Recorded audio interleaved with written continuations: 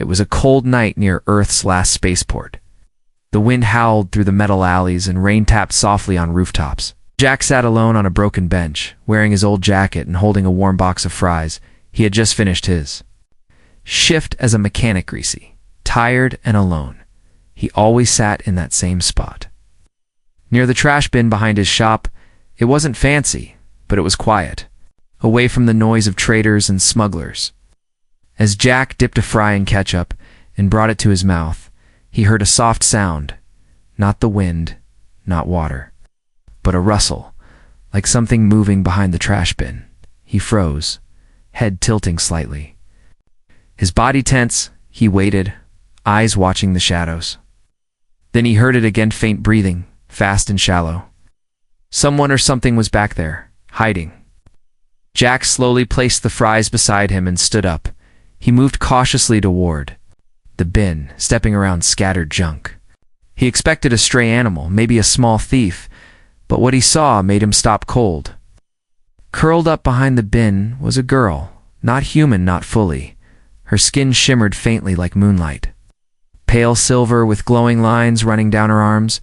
Her hair was long and tangled, almost white, sticking to her thin face from the rain. She looked up at him, her large, luminous eyes wide with fear. Jack didn't move, and neither did she. They stared at each other for a long moment, both unsure, both frozen. Her body was shaking, her knees pulled tightly to her chest. She looked weak, starving, slowly. Jack knelt down, keeping his hands open. "I'm not going to hurt you," he said softly. She didn't answer, but her eyes flicked to the box of fries still sitting on the bench. Jack followed her gaze, then looked back at her. He walked over to the bench, picked up a few fries, and laid them gently on the ground. Then he stepped back. The girl stared at the fries, her lips trembling. Her thin hand reached out slowly, trembling from hunger. She grabbed one and shoved it into her mouth, chewing fast like she hadn't eaten in days. She didn't take her eyes off Jack, not even for a second. He noticed how dirty she was. Her clothes ripped and burned at the edges. There were small cuts on her arms, some old, some fresh. This girl had been through something terrible. He sat down again, slowly, picking up another fry and eating it casually. "You hungry?" he asked, even though the answer was clear. She didn't speak, but her growling stomach did. He gently pushed the box toward her with his foot. She hesitated, then crawled forward slowly like a frightened animal. Once she reached the box, she grabbed more fries, eating quickly, but still watching him. Jack didn't move, didn't scare her. He just watched her with soft eyes, his heart tightening in his chest. Who was she? Where had she come from? More importantly, why was she alone? In the rain, hiding behind trash? When the fries were nearly gone, the girl licked her fingers, her eyes flicking around nervously, as if afraid someone would come take the food away. Jack took off his jacket and placed it gently on the bench. "You don't have to sleep in." "The trash," he said. Still, she didn't reply, but she looked at the jacket. Eyes narrowing as if calculating, he stood up and walked toward his workshop's back door. Before going inside, he glanced over his shoulder. She was already curled up on the bench, wearing the oversized jacket, her eyes closed slowly. But not fully, one eye stayed half open, watching the dark corners. Jack turned the lights off in his shop and went to bed, but he couldn't sleep. His mind kept replaying the look in her eyes, a mix of fear, hunger, and something else, something wild. The next morning when he stepped outside, the jacket was still there, and so was she, sitting cross-legged on the bench, staring straight. At him, he raised a hand in greeting. The girl said nothing, but her body didn't shake anymore. Then, as a merchant walked nearby, the girl let out a sudden low growl, a deep animalistic sound that came from somewhere in her chest. The man froze and backed away, startled. Jack looked at her in surprise. She didn't take her eyes off the stranger until he disappeared down the alley. Then she looked back at Jack, calm again. She wasn't just hungry anymore. She was guarding something. And Jack had no idea why that made his heart beat faster. The morning air was cold and heavy with mist. Jack opened the back door of his workshop. Holding a steaming cup of synth coffee, his eyes immediately looked toward the bench. She was still there, wrapped in his old jacket like it was armor. The alien girl hadn't moved much. But her eyes were open, alert. She sat still, cross-legged, her arms inside the sleeves like a child trying to disappear. Her silver skin looked a little less pale in the morning light. But her eyes, they burned like stars, watching everything, especially him. Jack gave a small wave, not wanting to startle. "Her morning," he said, his voice soft like yesterday. She didn't respond, but she didn't run either.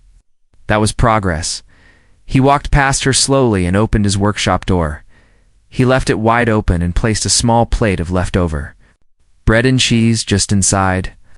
Then he went about his business, pretending not to watch, but he saw her glance at the plate, then at him. After 10 long minutes, she moved.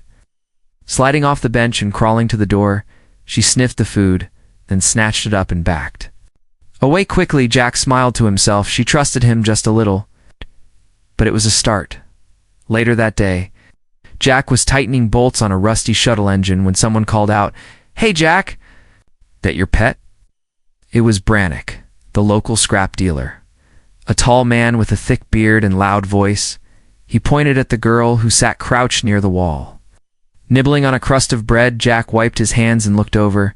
"She's not a petty," he said calmly. Brannick chuckled, walking closer to the girl. "Well, whatever she is, she's got nice eyes, huh? What planet's she from?" Before Jack could answer, a sound ripped through the air, a deep, threatening growl, low and sharp.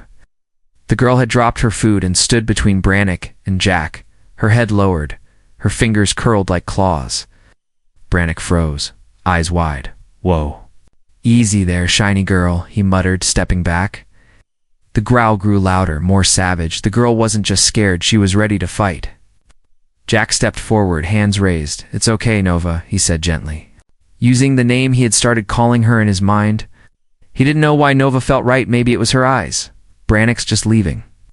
Brannick held up both hands and backed away. All right, sheesh. You've got a guard dog now, huh?" Jack didn't laugh.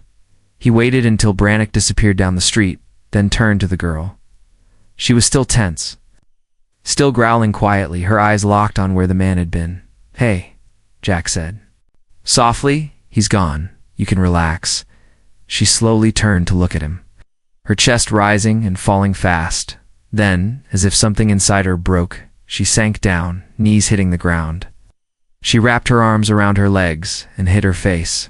Jack walked over and sat beside her. "Not too close? You okay?" he asked. She didn't answer, but she didn't growl at him either. That was something. The rest of the day passed quietly. Nova stayed close to the wall, watching every person who passed the alley. When someone came near, she tensed up, and when someone looked at Jack too long, she growled again. By evening, Jack had gotten used to it. In fact, he started to feel safe. He didn't know who she was or what had happened to her. But her growl wasn't just far, it was protection. She wasn't guarding herself anymore. She was guarding him that night. Jack brought out a second blanket and gently laid it near her. She didn't take it at first, just stared at him through her white silver hair. Then, when he turned to go inside, he heard a soft rustle. She had pulled the blanket around her shoulders. Jack stood at his window, watching her for a while. She curled up under the blanket beside the bench, not on it, as if she didn't want to take his place. That small detail made his chest tighten. He turned off the lights, but sleep didn't come easily. Outside, under the misty night sky, a girl, not from this world, growled quietly into the dark, not for herself, but for the man who had shared his fries and given her a name. The morning came slow and foggy. The air smelled of engine smoke and wet metal. Jack stepped outside, rubbing his eyes and holding a fresh cup of coffee. His boots crunched softly on the gravel as he looked over at the wall beside his shop. She was still there, wrapped in the same old blanket, sitting still with her arms around her knees. Her silver hair was tangled but cleaner than before. She had wiped her face during the night, leaving smudges behind like fingerprints of pain. He didn't say anything at first, just placed a small bowl of warm soup near her feet. She didn't look up, but he saw her nostrils flare as she smelled the food. Jack sat down on a crate a few feet away and waited. Sipping from his cup for a long time, the only sound between them was the bubbling hum of faraway shuttles. Eventually, she reached forward and pulled the bowl toward her. Her hands were still trembling, but less than before. She ate slowly this time. Like she didn't want it to end, Jack watched her quietly, then finally spoke. "You've got to have a name," he said. "I can't keep calling you hey or you." She didn't reply, didn't even blink. Jack smiled to himself, sipping more coffee. "I was thinking, maybe Nova," he said. He pointed gently at her glowing eyes. "Oh, you've got stars in your eyes, you know." Her chewing paused. "Thus." For a second, then she looked away, hiding her face behind her hair again. Jack didn't push, but that moment, tiny as it was, meant something. Later that day, while working inside the shop, he left the door open on purpose. She peeked inside around noon, eyes scanning every corner like a scanner. Her bare feet stepped lightly on the metal floor as if expecting a trap. Jack didn't stop working, just pointed toward a small stool near his tool bench. "If you want to sit," he said simply. She didn't move for a long time, just stood by the doorway watching him hammer a bolt into place. Then, slowly, carefully, she stepped in and sat down. Jack handed her a small square of cloth, clean and warm. "Wipe your hands," he said, not looking directly at her. She obeyed without question, wiping grease off her fingers like a quiet student in class. Hours passed like this. In silence, but not discomfort, she watched him work, and he let her. He caught her mimicking his hand movements, tracing invisible tools in the air. She was learning. Not just words or actions, she was learning trust. When the sun began to set, Jack set a small heater outside and laid out 2 blankets this time. She didn't wait for him to leave. Instead, she took one of the blankets and gently placed it beside the other. Then she sat between them, not too close, but not far anymore. Jack looked at her and smiled. "So Nova it is then," he said softly. Her eyes shifted toward him, and for the first time she nodded. It was a small, sharp nod, barely there. But Jack saw it, and his heart stuttered in his chest. He didn't say anything else, afraid of breaking the fragile moment. He just nodded back. That night, he didn't close the door fully. He left it open just a crack, and around midnight, he heard quiet footsteps when he peeked out from under his blanket. He saw her sitting just outside his room, not inside, not too close, just there, watching over him like a silent shadow.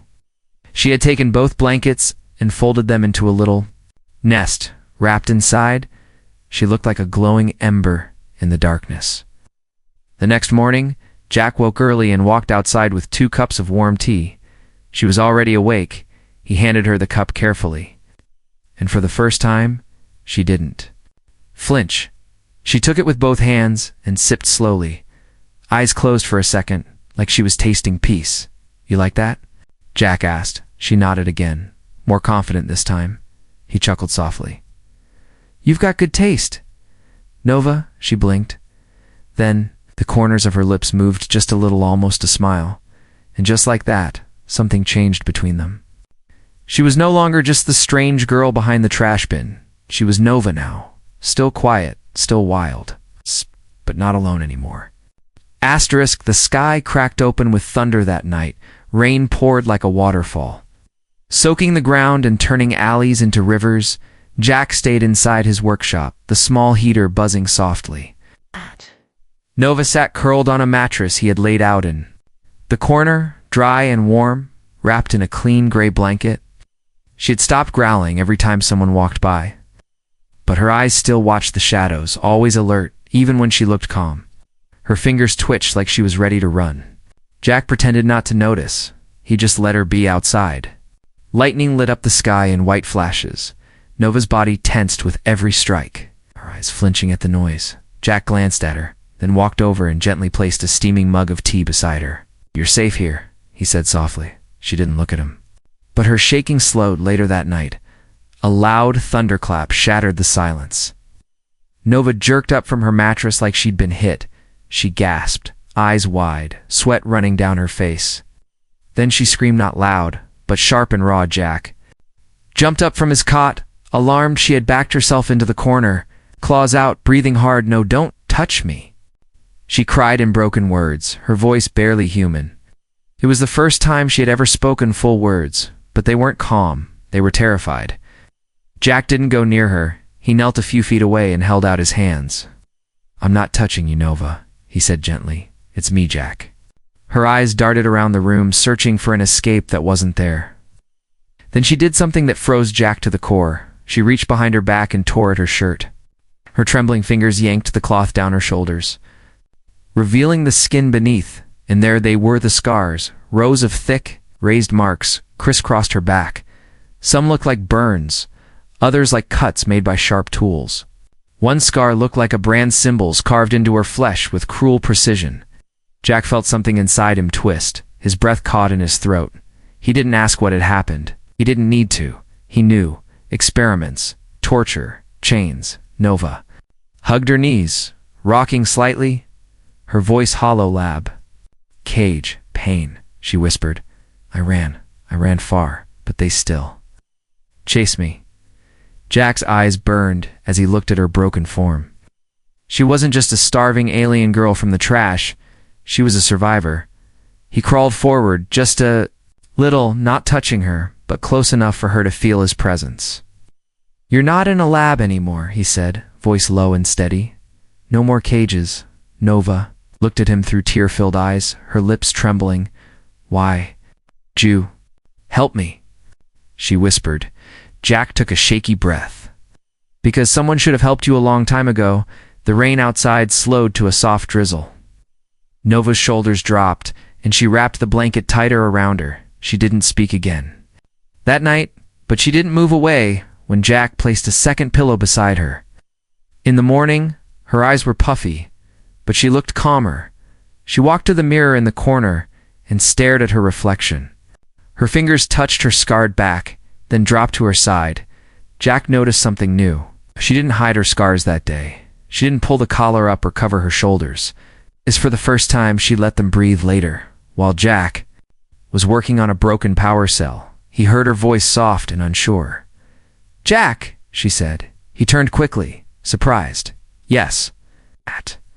Nova looked down at her feet, then back up. "You fix things," she said slowly.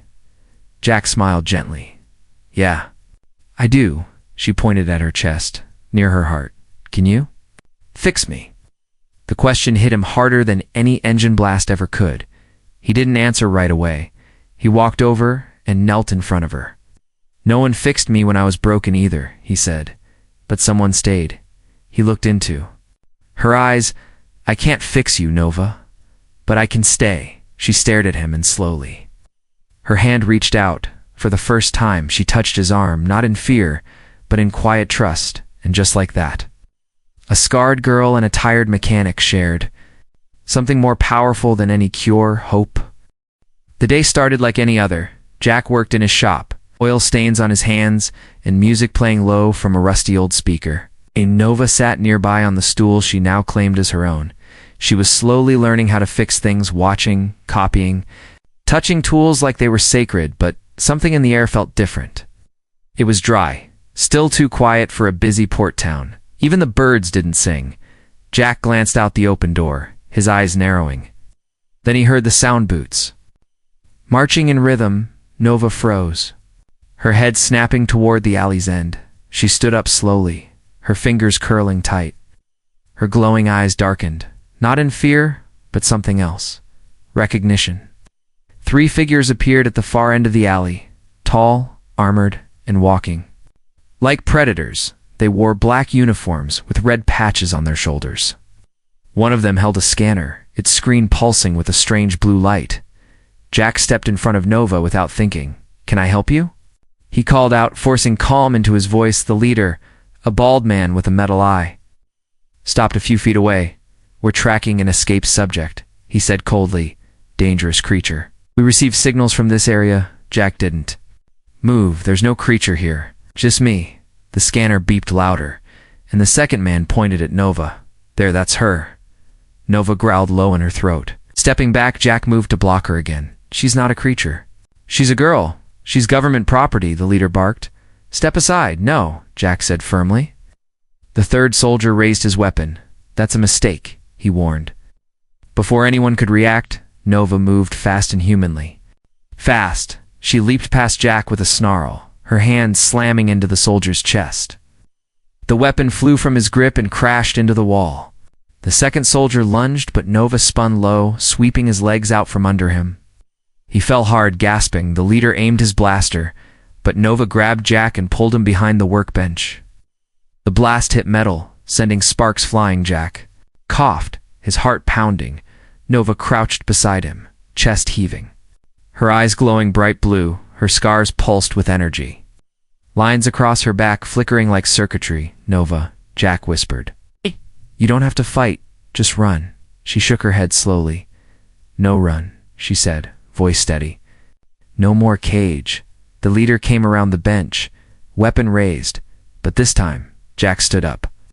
Holding a long steel wrench. You'll have to go through me, he said, hands shaking but firm.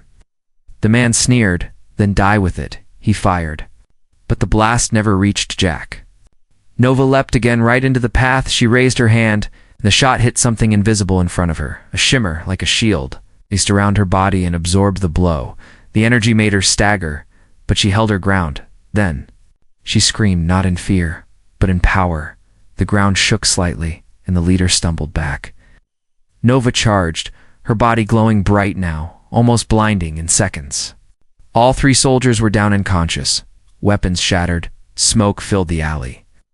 And silence returned. Nova stood in the middle of it, trembling, breathing hard. Her hands sparked with leftover energy. Jack ran to her, catching her as she nearly collapsed. Nova, are you okay? She looked at him with half-closed eyes. I protect, she whispered. Then her knees gave out, and she fell into his arms. Jack held her tightly. Ignoring the pain in his shoulder, you did, he said, voice cracking. You protected us both. He dragged her inside and locked the door. Outside, the port was waking up again, but inside the small shop, Jack held a girl who was never meant to be a fighter, yet became one. Nova's head rested against his chest, her breathing slow but steady. For the first time, Jack saw the full truth. She wasn't just running from something. She was made into something. Used, hurt, feared. But now, she wasn't property, she wasn't a weapon, she was free. Asterisk, the rain had stopped, but the air still smelled like smoke and burnt metal. Inside the workshop, Jack sat on the floor, Nova's head resting in his lap. He had wrapped her in 2 blankets. Trying to stop her body from shaking, her skin flickered with faint blue pulses. Soft and slow, like a fading signal, Jack brushed the hair from her face with trembling fingers. She looked peaceful now, but he knew it was only for a moment. She had used every last bit of her strength to protect him, to fight back against the ones who once locked her in cages. You didn't have to, Jack whispered. You could have run, Nova. He didn't expect an answer. She hadn't spoken since collapsing. Hours passed. The sky outside turning orange with the setting sun. Jack didn't leave her side. Not even to eat, he held her hand gently, surprised by how small it felt in his rough palms. Then he felt it. Her fingers twitched, slowly curling around his. He looked down quickly and saw her eyes opening just a little, glowing softly like a tired flame. Nova, he said, you're awake. She blinked once, slowly, as if the world was still. Too loud for her, Jack leaned closer, heart pounding. You're okay now, he said, voice low. You're safe. For a long moment she didn't speak, and her lips moved, barely making a sound. At first he thought it was just air. Then came the word. Broken but clear, Jack, she whispered. Jack froze. His name. She had said his name. He didn't know why, but his eyes burned with tears. The way she said it, like it was the only thing she trusted. He held her hand tighter, voice shaking. Yeah, he said softly. It's me. I'm here. Nova turned her head slightly, pressing her cheek into his leg. Her breathing was still shallow, but steady. She didn't speak again, not for a while, but Jack could see it in her eyes. She was no longer afraid of him. Later that night, Jack laid her gently on the cot. Covering her with the thickest blanket he had, she fell asleep quickly, exhausted beyond anything he could imagine. He sat beside her, staring at the ceiling, thinking about what had just happened. She spoke. She used his name. It wasn't just sound, it was a choice. She had chosen him. The next morning, Jack woke up to the smell of something strange. He turned his head and saw Nova in the corner. Holding a piece of burnt toast, she looked. Confused but determined, the toaster behind her was smoking, its lever stuck halfway. "You tried to make breakfast?" he asked with a surprised smile. She looked at him and tilted her head, then held out the toast like an offering. Jack took it, trying not to laugh. It was almost black, hard as a brick, but he bit into it anyway, forcing a grin. "Best toast I've ever had," he said. She stared at him, clearly unsure if he was serious. Then she gave a tiny nod and sat beside him on the floor. She didn't say anything, but the silence between them felt warm, not awkward, just shared, after a few bites. Jack leaned back against the wall. "You said my name," he said gently. Nova looked down, fingers fidgeting with the edge of her sleeve. "First word," she said quietly, her voice still scratchy, but... "I remember," Jack blinked. "You remember what?" Nova's eyes lifted to his. "You?" "Gave food," she said. "You." "Didn't look scared?" He swallowed the lump in his throat. "I was," he admitted, "but not of you." She nodded. Slowly, "I was monster before," she said. Jack shook his head. "You were never a monster." She looked away, unsure. "Lab. Made me hurt. Made me strong. Made me break things." Jack placed a hand over hers. "They didn't make you strong," he said softly. "You already were. They just tried to control it." Her fingers trembled under his touch, but she didn't pull away. Then she asked, very softly, "Can I stay?" The words came out like broken glass wrapped in hope. Jack smiled, tears in his eyes again. "You're already home, Nova," he said. She exhaled slowly, her shoulders finally relaxing, and for the first time, she leaned against him not out of fear, but because she wanted to. It had been 2 weeks since the attack. 2 weeks since Nova said his name for the first time. Now she sat in the corner of Jack's workshop, with a small toolkit in her lap. Her silver fingers carefully unscrewed the side of a broken drone. Jack watched her from across the room, a proud smile on his face. She had learned fast, too fast. She didn't just copy him anymore. She fixed things on her own, sometimes better than he could. The townsfolk had started noticing her too. At first they kept their distance, whispering as they passed the shop. But soon, curiosity replaced fear. Children waved at her from the alley, and she blinked in confusion before waving back. Awkward, but trying, still. She didn't like strangers near Jack, not even friendly ones. One afternoon, a young woman named Kessa walked into the shop. She had a sweet smile and bright eyes. "Hey, Jack," she said. "Got time to look at my hover cart?" "Sure," Jack replied, wiping his hands. But before he could take a step, Nova was already standing between them, her stance low, her eyes narrowed, and from deep in her throat a growl, not loud, not wild, but sharp enough to freeze Kessa. In place, the air turned heavy as Nova glared at the visitor. Her body tense, Jack raised a hand quickly. "Nova, it's okay," he said gently. "She's just a friend." Nova didn't move. She looked at Kessa like a predator sizing up. Threat, then. Slowly, she stepped aside just a little, but kept her eyes locked. Kessa gave a nervous laugh. "Guess I should have knocked," she joked. Jack smiled, but inside.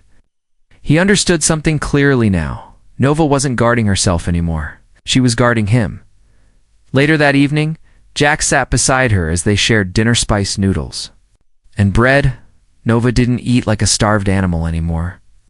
She chewed slowly, using a spoon. Even if awkwardly, she was learning to be human. Not by blood, but by choice. "Why you growled today?" Jack asked softly, a playful look in his eye. Nova looked down at her bowl. She, "Too close," she said. "To you." Jack chuckled. "You jealous or protective?" Nova blinked, thinking both, she said after a pause. Jack laughed so hard he nearly dropped his spoon that night. Jack found her sitting on the roof of the workshop. Her glowing eyes stared up at the stars like they were old friends. He climbed up and sat beside her, wrapping a blanket around both of them. "You miss your planet?" he asked. Nova shook her head. "No planet," she said. "Lab, walls, screams, lights." Jack stayed quiet, letting her speak in her own time. but now. She continued. She touched his hand gently. Now Sky feels safe. They sat in silence for a while, letting the stars speak instead. Below them, the town buzzed with normal life.